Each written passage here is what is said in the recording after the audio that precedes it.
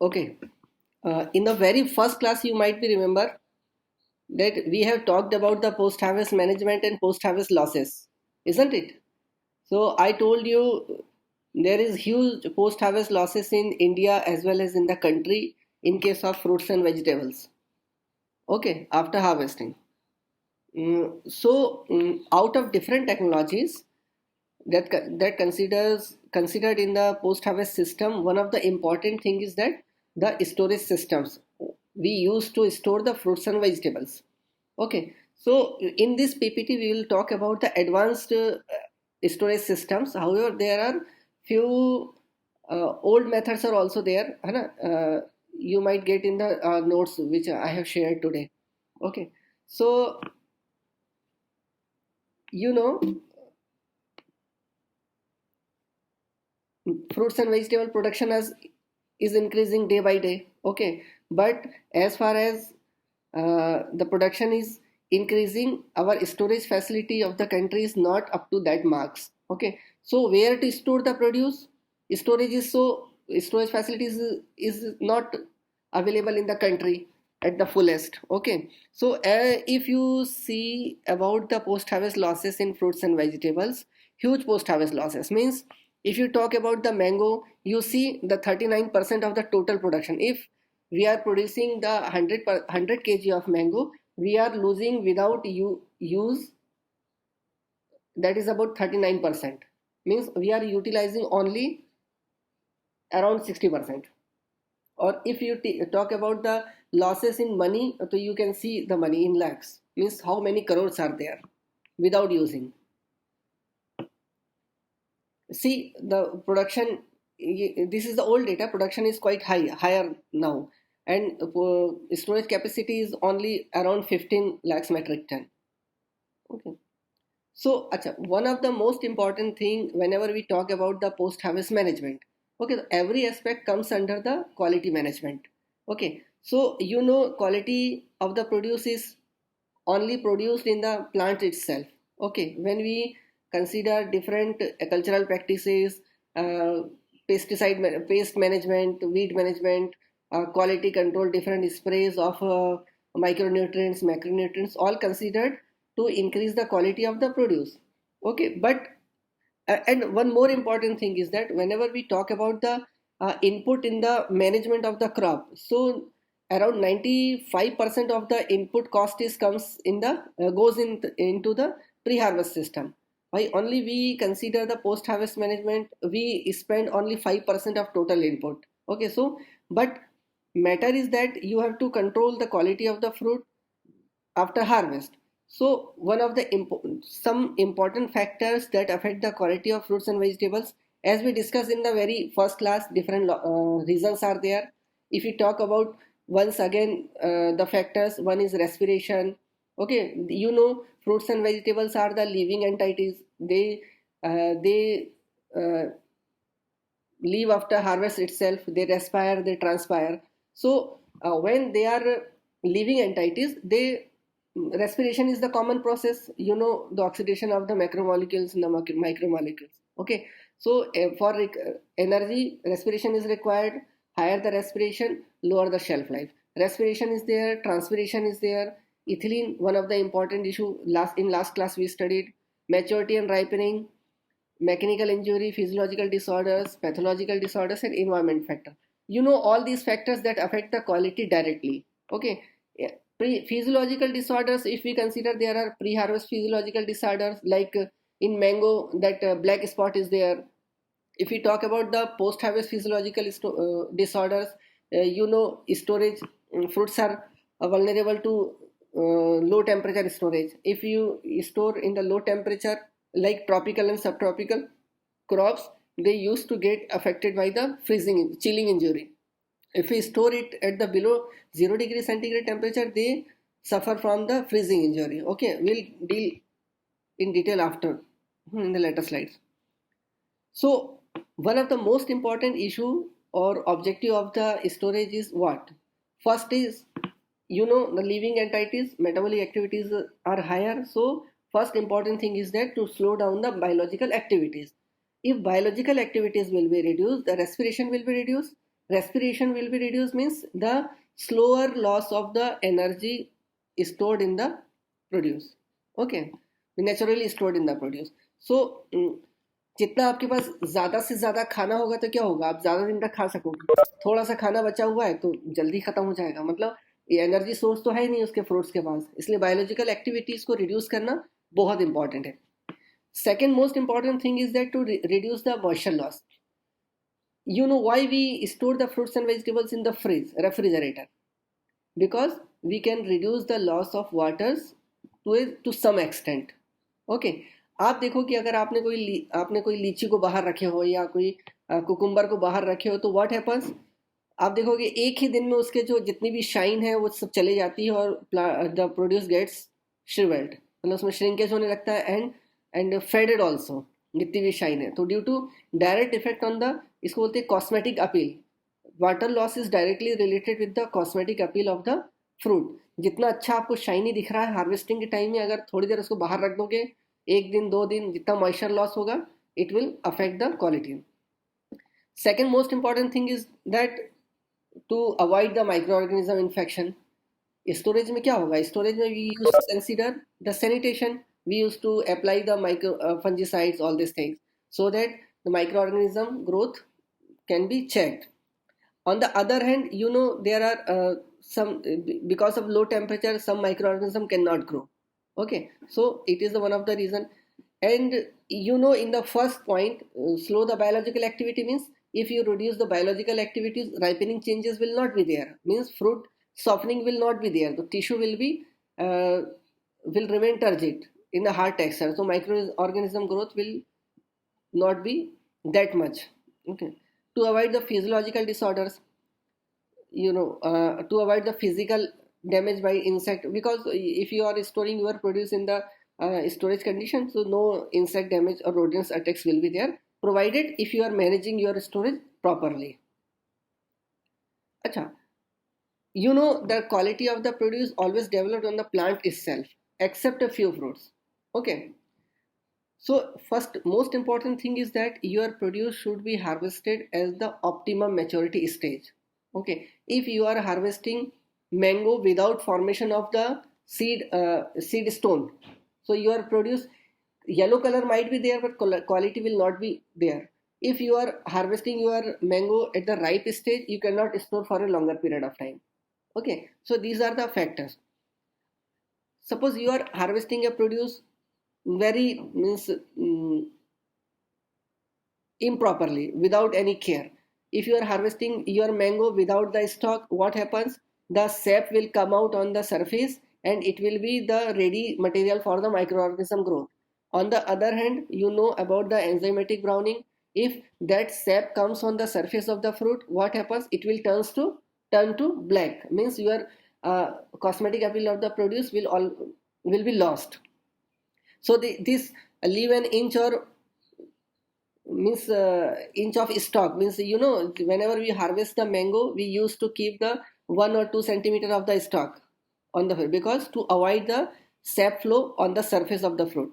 Okay, on the other hand, when stock is not there, what happens, that will be the entry point for the microorganism itself. So stock has lots of benefits. Suppose you are targeting a produce to store on the storage condition, so your produce must be free from any type of disease symptoms, because when you store anything in the storage, relative humidity is there. Okay, so relative humidity also favors the growth of microorganism. If any fruit, अगर बोलते हैं ना, अगर एक मछली पूरे तालाब को गंदा कर देती है, मतलब क्या होगा, अगर आपका एक फ्रूट भी माइक्रो ऑर्गेनिज्म से अफेक्टेड है तो ये जो फ्रूट है वो दूसरे फ्रूट्स में आपका फैला देगा पूरा डिजीज को, फर्स्ट थिंग. और इसी तरीके से कि कोई भी आपका जो दूसरा अदर फ्रूट्स हैं, ये जो है इंसेक्ट्स से डैमेज वगैरह नहीं होना चाहिए, क्योंकि इंसेक्ट डैमेज से होगा क्या, इंसेक्ट से आपका फ्रूट तो खाएगा, खराब होगा तो फिर फ्रूट में क्या होगा, गलना शुरू हो जाएगा, कुछ दिन में गलना होगा, सड़ना शुरू हो जाएगा, तो फिर उसमें फिर माइक्रो ग्रोथ होगा. तो इसलिए the fruits must be free from any type of microbial infection as well as from the insect damage. You know, when we decide how to store your produce, okay, means, say for important things are there are in recent advancement in the storage system. One is the cold storage, second is the controlled and modified atmosphere storage, and third one is the hyperbaric storage. Okay, these are the some of the storage methods which are considered as the modern storage. In case of modern storage system, temperature is one of the important issue, relative humidity and atmospheric composition. See, temperature has the direct effect on the quality of the produce, especially on the metabolic activities. Higher the temperature, high will be the respiration, means every 10 degrees centigrade temperature increase twice or thrice the metabolic activities, means जितना भी energy material है वो जल्दी जल्दी loss होगा, है ना, respiration के दौरान. दूसरी हमने बात की है कि रेस्पिरेशन, मॉइस्चर लॉस मतलब ट्रांसपिरेशन. हायर टेम्परेचर होगा तो क्या होगा, हायर टेम्परेचर में आपका मॉइस्चर लॉस होगा, मतलब it will directly affect the quality of the fruit. देखो श्रिंकेज दिख रहा है, श्रिंकेज क्या होगा, अगर एक ताज़ा फ्रूट है और एक श्रिंक फ्रूट में कितना फ़र्क है. और वही अगर आप जैसे कि गुआवा की बात करो, गुआवा आपने हार्वेस्ट की एकदम शाइनी रहता है फ्रूट जब वो प्लांट पे रहता है. जैसे ही हम उसको हार्वेस्ट करते हैं, आप उसको 2-3 घंटे के लिए रख दीजिए, जितनी शाइन है ना ऑटोमेटिकली गोज आउट. उसका रीज़न ये है कि शाइन जो है वो आपका मॉइस्चर, जितना आपका प्लफी दिखता है प्रोड्यूस, उसके बाद अगर मॉइस्चर लॉस होता है तो वो आपका श्रिंकेज होने लगता है. दूसरी चीज़ है कि हायर टेम्परेचर होता है तो फ्रूट जल्दी जल्दी राइप करता है, जल्दी राइप करता है तो टिश्यू सॉफ्टनिंग होती है, अपने राइपनिंग में पढ़े. Then it favours the microbial growth also. ठीक है, high temperature. On the other hand what happens if you store your produce to low temperature, means low below the optimum requirement. Low temperature is useful for increasing the shelf life, but every fruit has its critical point, means you cannot store the tropical and subtropical fruit below 10 degree or 9 degree centigrade temperature, depends on the maturity stage. Okay, suppose you are storing your green mango can be stored at the 13 degree centigrade, while your ripe mango can be stored up to 9 degrees centigrade temperature. On the other hand, banana cannot be stored below the 13 degree centigrade, because जब आप freeze में कोई केला रखते हो, कभी देखना रख के क्या होगा, जैसे बाहर निकालोगे थोड़ी देर में काला हो जाएगा. तो आपका पोस्ट हार्वेस्ट मैनेजमेंट का one of the important issue is to maintain the cosmetic appeal as well, है ना. तो आपका फ्रूट अगर काला हो जाएगा तो स्टोर में करने का कोई मतलब नहीं है, क्योंकि आपको मार्केट प्राइस नहीं मिलेगा, है ना. इसी तरीके से हर फ्रूट्स एंड वेजिटेबल का एक पर्टिकुलर टेम्परेचर है, जिसके नीचे टेम्परेचर जाने पर या तो उसको चिलिंग इंजरी होगी, और अगर 0 डिग्री से गया तो फ्रीजिंग इंजरी होगी. ठीक है ना. अच्छा, ये चीज़ है. ओके, तो temperature management is one of the important aspects in storage systems.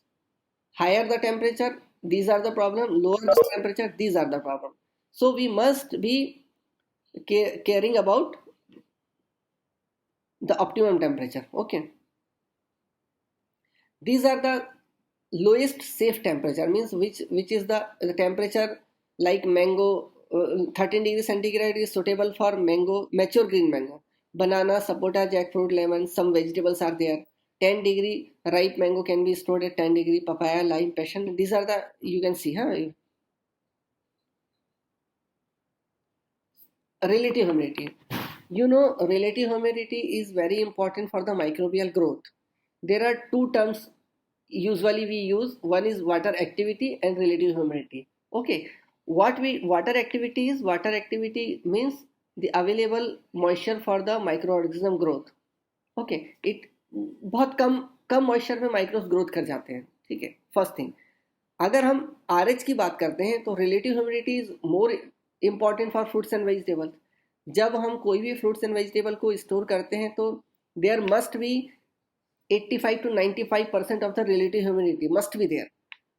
यहाँ पर एक इंपॉर्टेंट पॉइंट ये है कि whenever we talk about the refrigerator, home refrigerator and cold storage, कभी देखो हम नींबू वगैरह या संतरा वगैरह या कोई भी वेजिटेबल को फ्रीज में रखते हैं तो वो ताज़ी तो रहती है, लेकिन क्या होता है उसमें मॉइस्चर लॉस, सूखने लगता है, या आपका नींबू वगैरह जो कड़ा होने लगता है. उसका रीज़न क्या है, टेम्परेचर तो लो है, लेकिन ह्यूमिडिटी का प्रोविज़न आपके रेफ्रिजरेटर में नहीं है जो आपका कोल्ड स्टोरेज में था.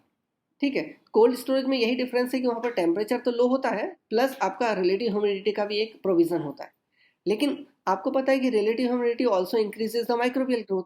तो जब भी हम रिलेटिव ह्यूमिडिटी को कंसीडर करेंगे, relative humidity must be accompanied with the sanitation. अगर सैनिटेशन नहीं हो तो आपका स्टोरेज फेल हो जाएगा, ठीक है। वन थिंग, अगर आपका रिलेटिव ह्यूमिडिटी कम होगी, कम होने में क्या है कि वही वाटर लॉस होगा, मतलब वाटर लॉस होगा, वेट लॉस होगा। Water loss is directly related with the weight loss, ठीक है, और आपका विल्टिंग और श्रिंकेज हो जाएगा। तो यहाँ पर देखो, most of the fruits and vegetables are most of the fruits and vegetables required 90 to 95% of relative humidity। यहाँ पर एक क्वेश्चन अक्सर जेआरएफ में या बहुत जगह आता है कि ओनियन, गार्लिक और विंटर एंड समर स्क्वेश जो है आपका पंपकिन, इसकी आरएच देखो कितनी है, 65 to 70%। ऐसा क्यों है? अगर आप गार्लिक को या ओनियन को, बारिश के मौके में क्या होता है, बारिश के दिनों में जब आप प्याज रखते हो तो उसको थोड़ा ओपन ओपन करके रखना पड़ता है। अगर वो रहेगी तो मॉइस्चर ज़्यादा बढ़ेगा, मॉइस्चर ज़्यादा बढ़ने पे क्या होगा, आपने तो स्टोर उसको 4 महीने के लिए किया हो, क्या होगा कि 15 दिन में ही उसमें जर्मिनेशन स्टार्ट हो जाएगा। तो one of the important aspect for storing onion, garlic and और these are the germination can be checked. However temperature will be low, मतलब 0 डिग्री सेंटीग्रेड टेम्परेचर पे हम ओनियन एंड गार्लिक को स्टोर करते हैं with the 65 to 70% of the relative humidity. Okay, now see atmospheric composition. Atmospheric composition means what? Composition of the air means how much is the oxygen, how much is the nitrogen, how much is the CO2, like this. So you know, whenever we talk about the black heart, did you hear about black heart of potato? What does it mean? It means कि जितने भी आपके bigger size के potato हैं, bigger size के potato जब हम heap बनाते हैं उसका पोटैटो का, तो जो सबसे नीचे में जो पोटैटो रहते हैं वो भी थोड़े बड़े साइज के, ऑक्सीजन की अवेलेबिलिटी वहाँ पर कम हो जाती है, ठीक है। ऑक्सीजन की अवेलेबिलिटी कम हो जाती है तो ये ब्लैक हार्ट जैसा जो है ये डेवलप हो जाता है, इंटरनल ब्रेकडाउन बोलते हैं इसको, ठीक है। तो आपका ऑक्सीजन होना बहुत इंपॉर्टेंट है ना। वो भी बहुत अगर ज़्यादा होगी तो आसानी से रेस्पिरेशन करेगा, तो आपको रेस्पिरेशन चेक भी करना है, ठीक है। अगर बहुत कम होगी तो ये एनारोबिक रेस्पिरेशन, आपको पता है कि respiration has 2 steps, anaerobic respiration and aerobic respiration. तो एनारोबिक रेस्पिरेशन में आपका ग्लाइकोलिसिस वगैरह होता है, उस कंडीशन में अगर आपका ब्रेक डाउन हो गया और वहाँ उसके बाद ऑक्सीजन नहीं मिली तो वहाँ पर आपका प्रोड्यूस सड़ना शुरू हो जाएगा। दूसरी गैस आपकी एक आती है ethylene. Ethylene has important role in post harvest preservation. तो अगर हाई इथिलीन का एक्यूमुलेशन होगा आपका, वहाँ पर आपका स्टोरेज लाइफ कम हो जाएगी बिकॉज एक्सेसिव राइपनिंग। अब यहाँ पर देखो एक ऑन फॉर्म स्टोरेज की बात करते हैं, कोल्ड स्टोरेज आगे आते हैं, इसमें ऑन फॉर्म स्टोरेज बीच में आ गया है। यह कि zero energy cool chamber, ZECC, इसके बारे में आता है, ठीक है ना। मान लीजिए कि जहाँ पर इलेक्ट्रिसिटी नहीं है ना, और क्योंकि कोल्ड स्टोरेज के लिए आपको इलेक्ट्रिसिटी चाहिए और किसी के पास बहुत ज़्यादा पैसा नहीं है कि वो कोल्ड स्टोरेज का लगा सके, ठीक है।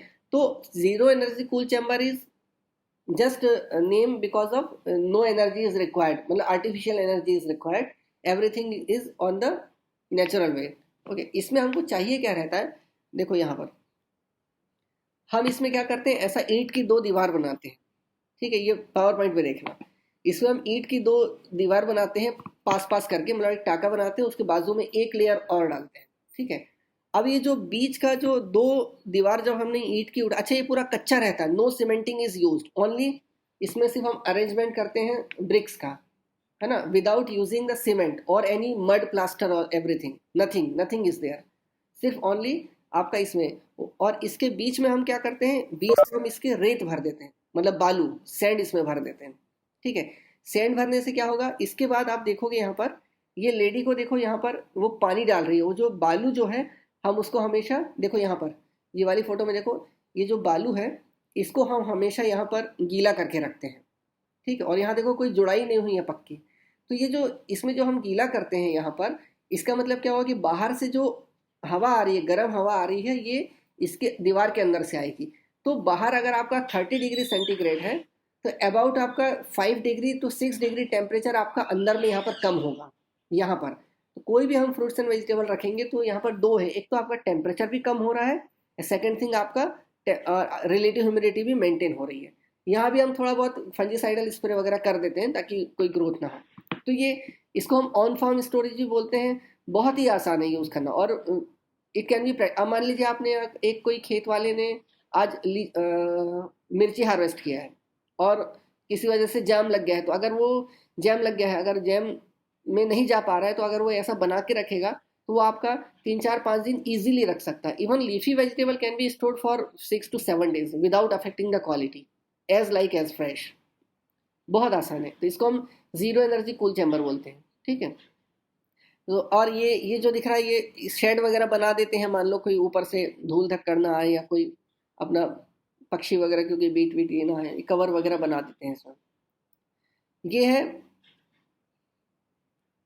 zero energy cool chamber was first developed by this scientist. This is Professor S.K. Roy. He is no more.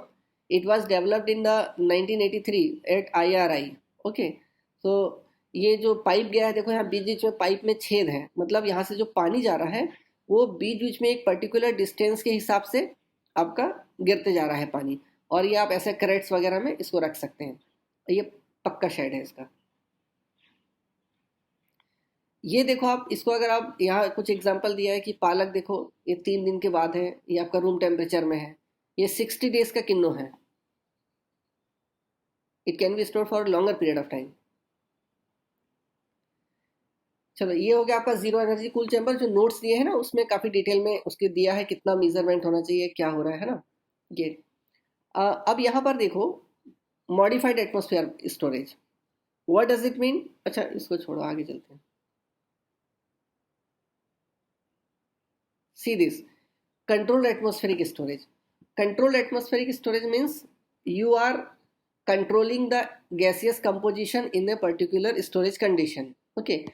CA storage is always accompanied with the low temperature. Means आपको जो crop का particular temperature requirement है, optimum storage temperature, we used to maintain that temperature.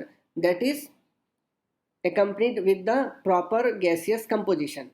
Suppose you are in the natural environment. Okay, आप एक कमरे में बैठे हो जहाँ पर 21% अराउंड ऑक्सीजन है, 79% अराउंड आपका ये है नाइट्रोजन है और 0.03% CO2 है. जब हम कोई कमरे को बंद कर देंगे तो क्या होगा, CO2 का एक्यूमुलेशन बढ़ेगा, ऑक्सीजन की अवेलेबिलिटी कम होगी, थोड़ी देर बाद आपको सफोकेशन होने लगेगा. ठीक है. तो वही सिस्टम हम इसमें अप्लाई करते हैं फ्रूट्स एंड वेजिटेबल में. यहाँ पर एक इंपॉर्टेंट चीज़ ये है कि जो हमने मेटाबॉलिक एक्टिविटीज़ की बात की है, ओके, मेटाबॉलिक एक्टिविटीज़ में आपको क्या है, स्लो डाउन करना है. तो जब भी हम फ्रूट्स एंड वेजिटेबल प्रिजर्वेशन की बात करते हैं तो हम मेटाबॉलिक एक्टिविटीज़ को स्लो डाउन करते हैं, ना कि स्टॉप करते हैं. स्टॉप कर देंगे तो इट इज़ डेड. तो यहाँ पर हमको एक्टिविटी स्लो डाउन करने के लिए क्या करना पड़ता है, हम यहाँ पर नेचुरली जो इन्वायरमेंट में अवेलेबल 0.03% जो CO2 है, हम उसका लेवल अराउंड 1% तक बढ़ाते हैं. ठीक है, अराउंड 1%, मतलब मैनी टाइम्स हो गया. उसके बाद जो हमारा 21% का आपका ऑक्सीजन है, हम उसको अराउंड 8% तक के लाते हैं, मतलब 21 to 8% लाते हैं. और जो रिमेनिंग जो आपका नाइट्रोजन है वो आपका रिमेनिंग नाइट्रोजन रहता है. Depends on the different fruits. Okay, अलग अलग फ्रूट के अलग अलग है, अभी अपन आगे टेबल में देखोगे. ठीक है. तो यहाँ पर यही हुआ कि reducing the oxygen accumulation oxygen percentage concentration in the environment and increasing the CO2 concentration in the environment. Oxygen को कम करने से क्या होगा, आपका रेस्पिरेशन रेट जो है वो बहुत कम हो जाएगी. ठीक. और CO2 बढ़ाने से क्या होगा, CO2 से वैसे तो रेस्पिरेशन कम होगी, दूसरा ये है कि जो वहाँ पर माइक्रो ग्रोथ वगैरह है जो होता है, क्योंकि माइक्रोब्स को भी ऑक्सीजन चाहिए, तो CO2 का जब लेवल बढ़ेगा तो क्या होगा, they can not survive like this, है ना. तो ये जो एप्पल हम लोग जो अभी मार्केट में आता है, दैट एप्पल इज द क्या बोलेंगे उसको, is the one of the greatest example of the post harvest technology. Means controlled atmosphere due to controlled CA storage जो बोलते हैं, due to CA storage the apple can be stored for 12 months or more than 1 year and 1.5 year. As such जैसा fruit आपने harvest किए थे वैसा ही आपका CA में रख सकते हैं. लेकिन चूंकि CA is one of the costliest affair, अपने इंडिया में आई थिंक 4 या 5 आपका CA स्टोरेज होंगे, वो बहुत ज़्यादा कॉस्टली अफेयर्स है. ठीक है. और कोल्ड स्टोरेज से बहुत ज़्यादा एडवांस्ड है. ये आपका कुछ, ये हमारा इंडिया का ही है, ये हमारा अदानी एग्रो फ्रेश का है, ये कश्मीर में बना हुआ है. ये CA चैम्बर है आपका यहाँ पर. ठीक है. और अब यहाँ पर देखो, हमने तो कंट्रोल्ड बोले हैं. कंट्रोल का मतलब क्या हुआ कंट्रोल का मतलब ये हुआ कि अगर आपने 8% ऑक्सीजन को आज सेट किए हो, 8%, 8%, और आपने अराउंड 1% CO2 दोनों मिला के किए हो, और रिमेनिंग आपका 91% ऑक्सीजन हो गया, मतलब 8 और 1 9 हो गया, और 91% आपका नाइट्रोजन हो गया, टोटल 100% हो गया।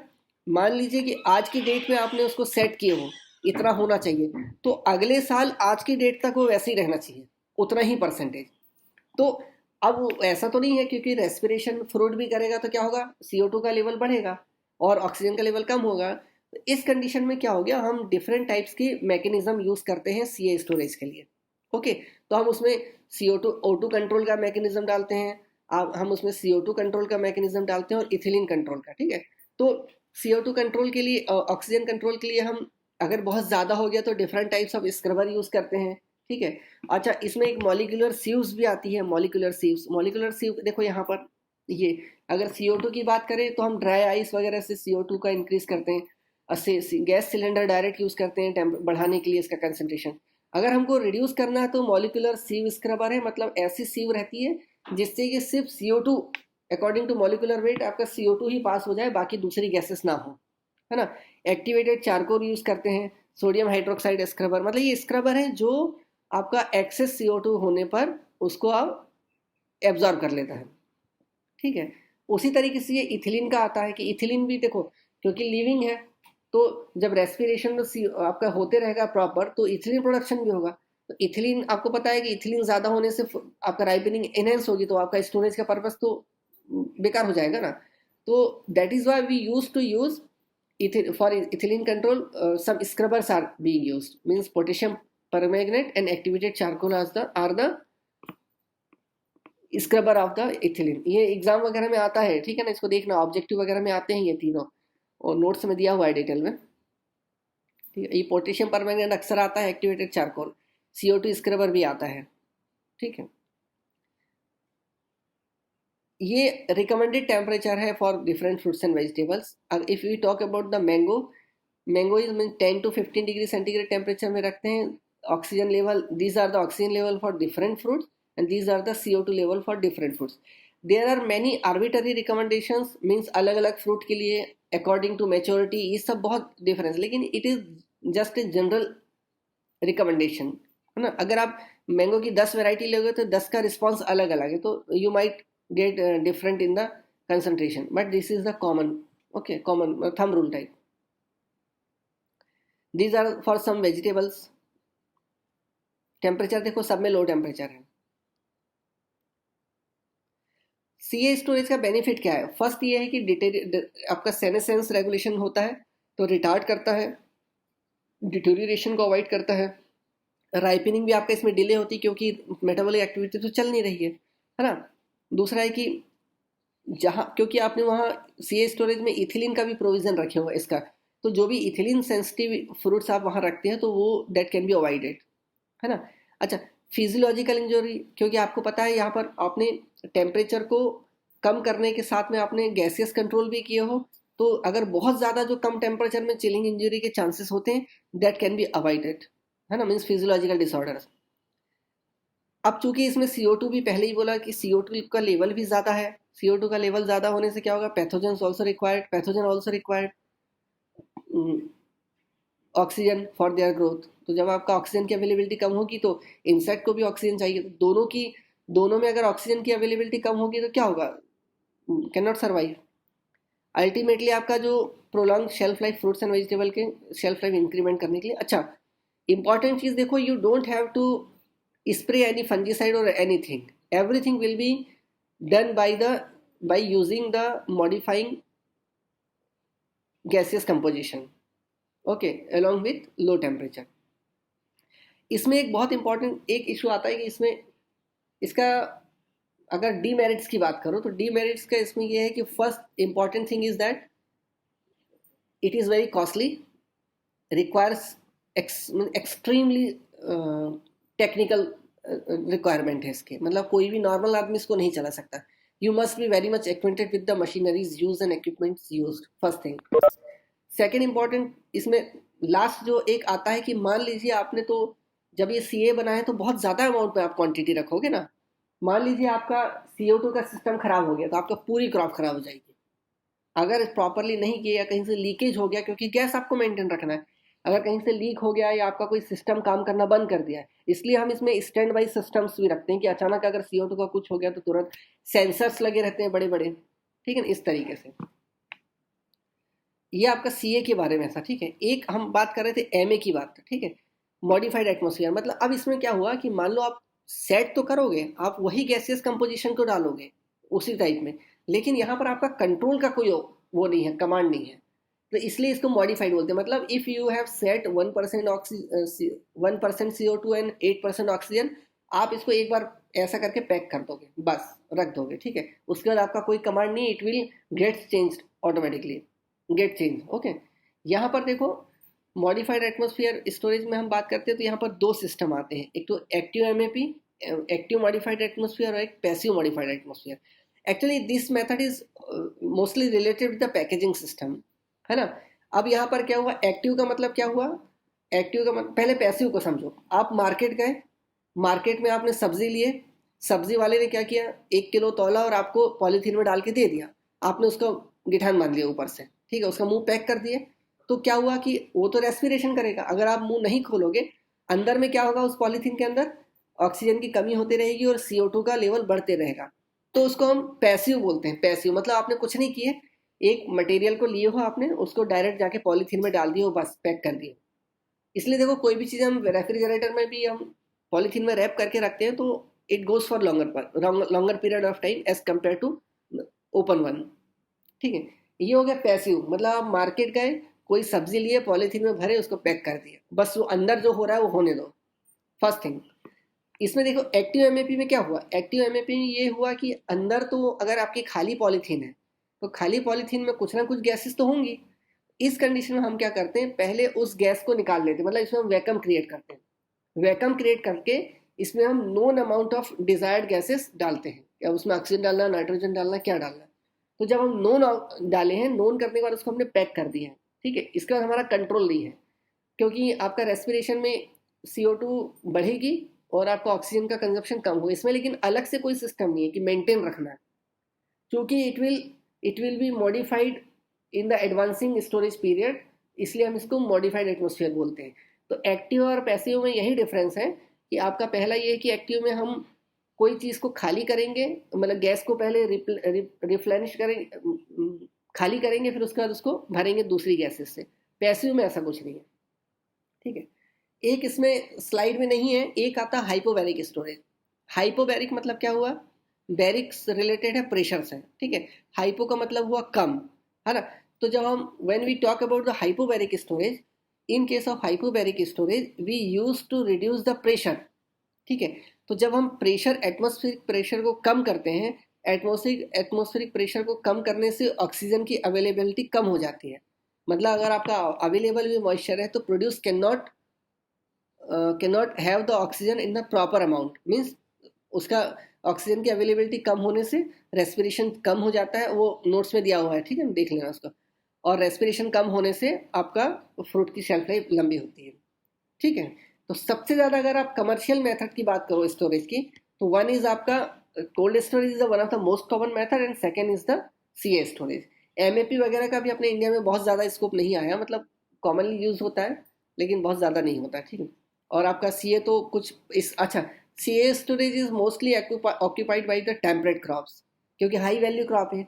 हम CA स्टोरेज का यूज़ तभी करते हैं जब आपको आगे चल के हायर प्राइस मिलने वाला है। एप्पल का रेट देखो कभी कम नहीं होता है, अगर आप उसमें अमरूद रखोगे तो थोड़ी होगा, क्योंकि आपको उतना ही रेट मिलना जितना आज मिल रहा है, मतलब बहुत कम हो जाएगा उसका रेट। तो क्योंकि कॉस्टली अफेयर है तो हम सिर्फ इसमें हाई वैल्यू स्टोर करते हैं, हाई वैल्यू क्रॉप स्टोर करते हैं, ठीक है। ये इससे रिलेटेड था आपका पूरा स्टोरेज से रिलेटेड, ठीक है। हम जब नेक्स्ट क्लास इसमें पढ़ेंगे तो नेक्स्ट क्लास में हम देखेंगे कि पैकेजिंग सिस्टम्स, ओके। इसमें थोड़ा बहुत MAP वगैरह से रिलेटेड करेंगे, तो MAP अभी देख ही लियो, अब आगे पढ़ने में कोई इशू नहीं आएगा।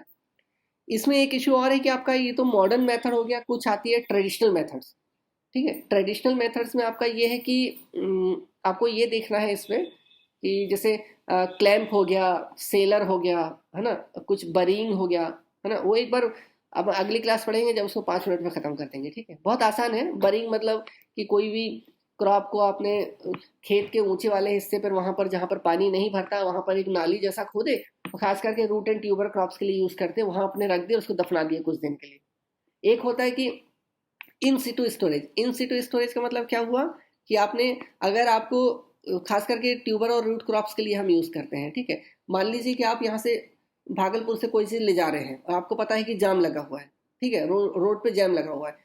इस कंडीशन में क्या हुआ कि अगर आप मान लीजिए आज 25 तारीख को आप हार्वेस्ट करने वाले थे आपका ओनियन या गार्लिक को, तो आपको लग रहा है कि जैम अभी खुलने वाला नहीं है, तो आपने क्या किया, एक हफ्ते बाद किए, तो आपने एक हफ्ते के लिए तो स्टोर कर लिया आपके प्रोड्यूस को, ठीक है। मतलब ये इन सिटू स्टोरेज बोलते हैं कि delaying the harvesting of the crop या delaying the digging of the crop. It is mostly used in case of normal आपका जो रूट एंड ट्यूबर क्रॉप्स है उसमें, ठीक है।